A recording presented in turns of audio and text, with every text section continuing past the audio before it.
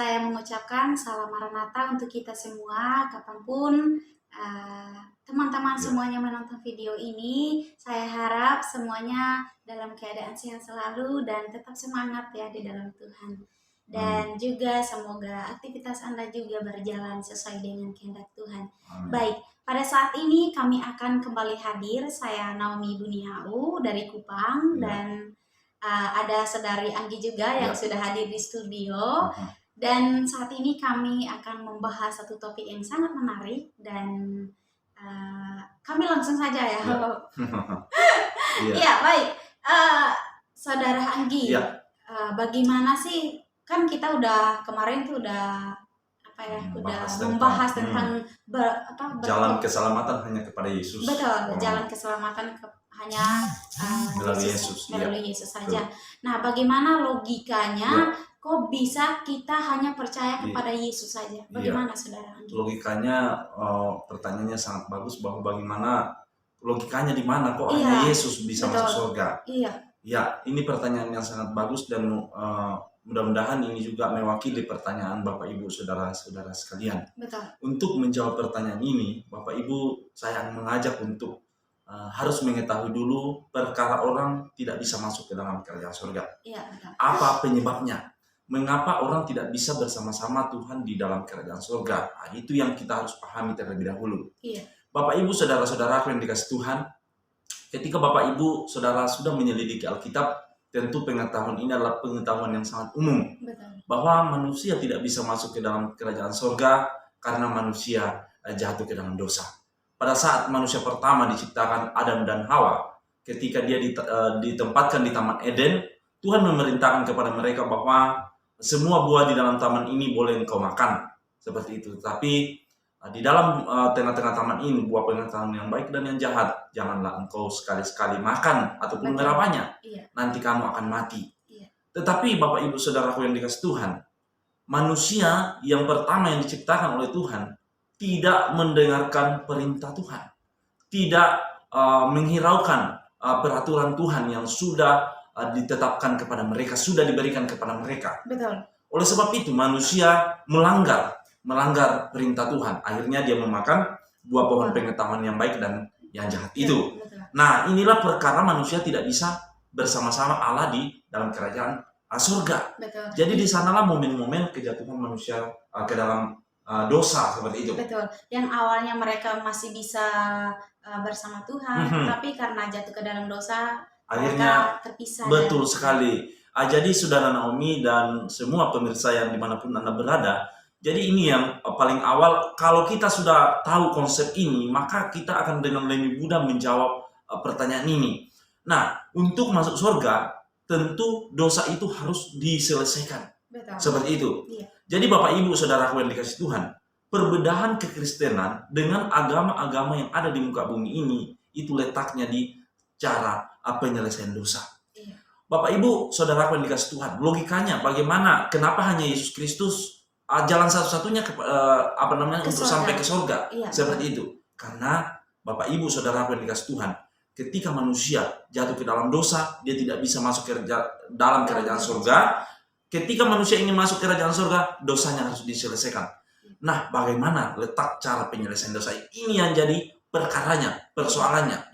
Bapak Ibu saudaraku yang dikasih Tuhan, saya ingin mengajak kita untuk membaca Alkitabnya. Alkitab dengan sangat tegas di dalam Roma. Ya, Roma pasal yang ketiga, ya, ayat yang ke-23 dikatakan di sana, bahwa karena semua orang telah berbuat dosa dan telah kehilangan kemuliaan Allah. Semua orang telah kehilangan kemuliaan Allah, dan artinya semua manusia sudah berbuat dosa. Dan apa konsekuensi dosa? Di Roma pasal 6, lagi-lagi masih di Roma pasal 6 ayat yang ke-23 dikatakan di sana bahwa sebab upah dosa ialah maut. Inilah konsekuensinya dari dosa, konsekuensi dosa. Seperti itu.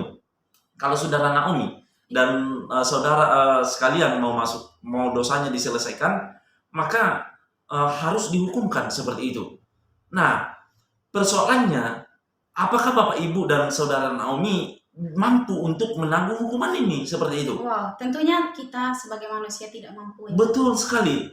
Jadi untuk bisa membayar hukuman kita, untuk bisa melunasi utang kita kepada Bapa, seteru kita kepada Bapa, yaitu orang yang tidak punya seteru dengan Bapa, yaitu orang yang tidak punya rintangan ataupun hambatan kepada Bapa seperti itu. Iya.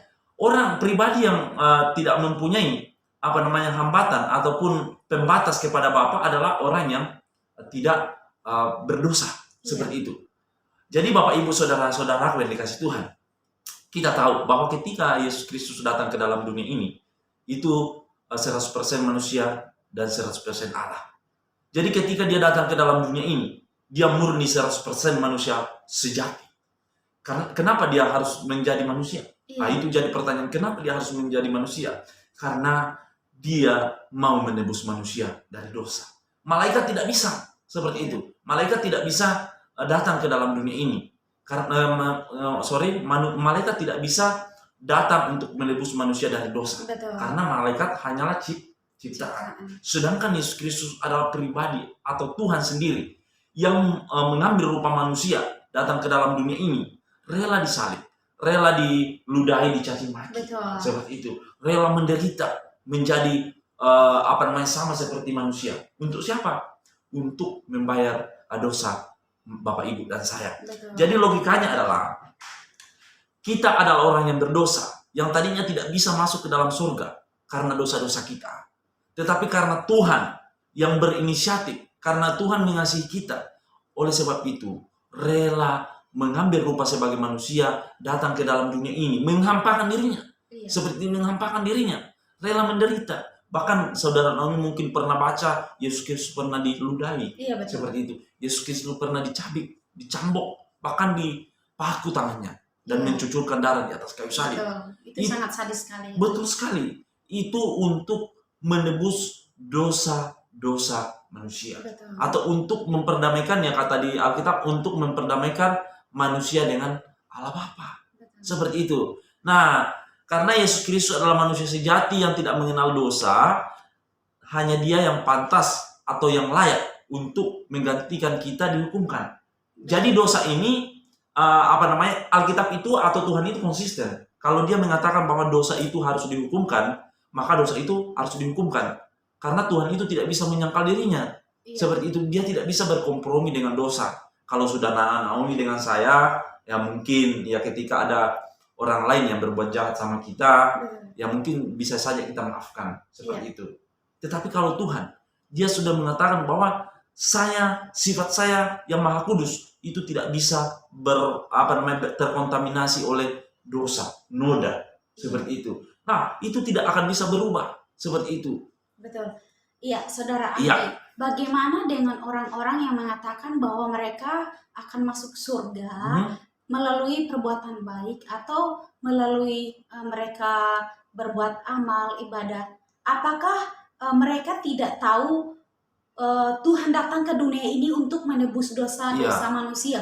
Mengapa mereka mengatakan bahwa perbuatan baik saya nanti bisa masuk surga? Berarti itu Tuhan Yesus tidak ada artinya. Itu percuma dong Dia datang ke dunia ini untuk menyelamatkan manusia. Atau mungkin mereka nggak tahu caranya Tuhan datang ke dunia untuk apa gitu. Iya, jadi ini yang sangat ironis sekali yang terjadi di dunia saat ini. Bahwa begitu banyak konsep keselamatan, bahkan di kalangan Kristen sendiri, ya Saudari Naomi, bahwa ada orang yang percaya bahwa kita diselamatkan itu melalui perbuatan baik, melalui baptisan, seperti itu. Nah, logikanya begini, Saudari Naomi, kalau memang ada keselamatan di luar Yesus Kristus, untuk apa Yesus Kristus datang, dicaci maki, dicambok, diludahi? Bahkan Saudara Naomi masih ingat di dalam Matius dikatakan bahwa sekiranya cawan ini bisa berlalu, artinya bahwa seandainya ada jalan selain kematian saya di atas kayu salib, ya Bapak, ya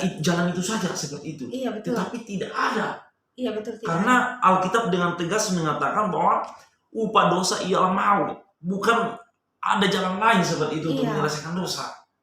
Jadi yang Bapak Ibu harus renungkan adalah tidak ada perbuatan sekecil apapun yang bisa menghapus dosa Bapak Ibu.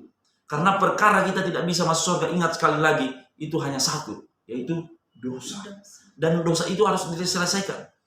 Oleh sebab itu, yang bisa menyelesaikan dosa hanyalah orang yang tidak mempunyai dosa. Siapa dia? Yaitu Yesus Kristus.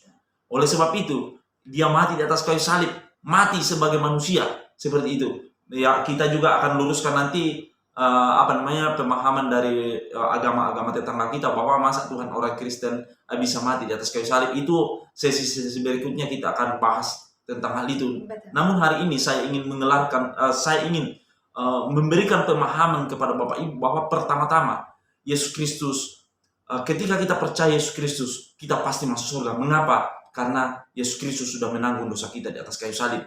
Karena perkara kita tidak bisa masuk surga hanyalah dosa.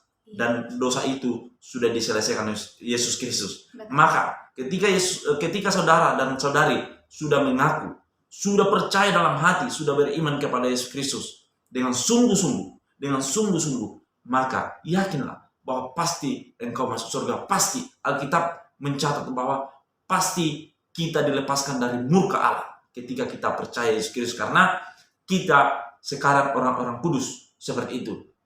Karena Yesus Kristus sudah mengambil posisi kita sebagai posisi orang yang berdosa. Betul. Jadi bukan kita yang ngomong ya, tapi Ya, Alkitab yang ngomong sendiri. Iya. Jadi buat teman-teman semuanya yang menonton video kami ini, semoga teman-teman bisa mengambil keputusan dengan baik, Ya, bisa bertobat dan percaya kepada Amin. Yesus Kristus sebelum terlambat. Betul. Ya Saudara Anggi. Ya. Kalau terlambat udah nggak bisa apa-apa. Betul lagi. sekali. Jadi bisa nonton video kami sebelumnya, Ya. bahwa kata orang yang sering mengatakan bahwa tidak ada kata terlambat kepada Tuhan, itu adalah prinsip yang salah, keliru. Seperti itu. Karena ada saatnya di mana Tuhan akan mengeraskan hati kita, Tuhan akan mengambil nyawa kita, Betul. Tuhan akan datang kembali. Jadi tidak tepat ya Naomi ketika dikatakan bahwa tidak ada kata terlambat untuk datang kepada Tuhan. Itu keliru seperti itu. Yang tepat adalah ketika masih ada hari ini, maka datanglah kepada Tuhan. Jangan tunda-tunda besok. Iya. Kita tidak tahu apa yang akan terjadi besok.